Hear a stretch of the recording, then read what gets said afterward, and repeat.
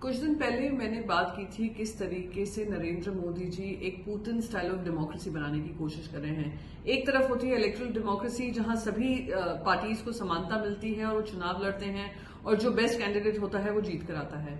एक है Putin style democracy जहां पे विपक्ष रहता ही नहीं है, विपक्ष है ही नहीं, और विपक्ष अगर हो भी जो पुतिन के खिलाफ बोलते हैं उनको सजाए काला पानी भेज दिया जाता है जहां पे उनकी मौत हो जाती है।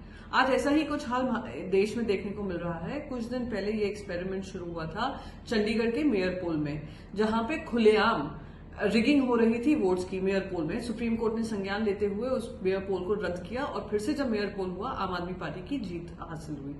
दूसरी हमने देखा महाराष्ट्र की रामटेक सीट पर एक कास्ट सर्टिफिकेट के आधार पर कांग्रेस पार्टी के कैंडिडेट को रिजेक्ट कर दिया गया।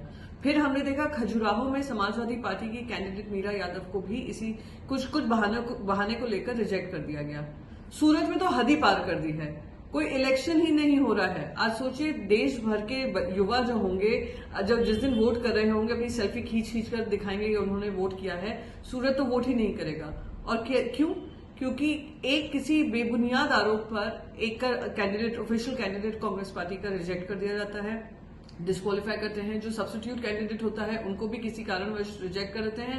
और 8 इंडिपेंडेंट कैंडिडेट्स खड़े हुए हैं, उनको भी विड्रॉ करने को फोर्स कर दिया जाता है। तो मैदान में रह जाता है सिर्फ एक जन, और वो एक जन है भारतीय जनता पार्टी का कैंडिडेट, और उनको बिना विरोध के उनको इलेक्शन का सर्टिफिकेट दिया जाता है। ये जो 400 पार का नारा लग रहा है सिर्फ प्रजातंत्र को खत्म करने का नारा नहीं लग रहा है, ये देश के संविधान को बदलने का नारा लग रहा है। और ये बार बार इनके प्रत्याशी भी कह रहे हैं, और ये जो मैंने आपको पूरा क्रोनोलॉजी समझाई है वो भी यही बयां कर रहा है। मैं आपको फिर से दोहराऊंगी कि ये जो चल रहा है देश में, ये भारतीय जनता पार्टी की सोची समझी रणनीति है कि किस तरीके से प्रजातंत्र को दरकिनार करें। और जब भी वोटिंग हो तो ऐसी वोटिंग हो जहां बिन विरोध हो, या इस तरीके से हो जहां विपक्षी ना हो, ईडी, सीबीआई, आईटी का इस्तेमाल कर।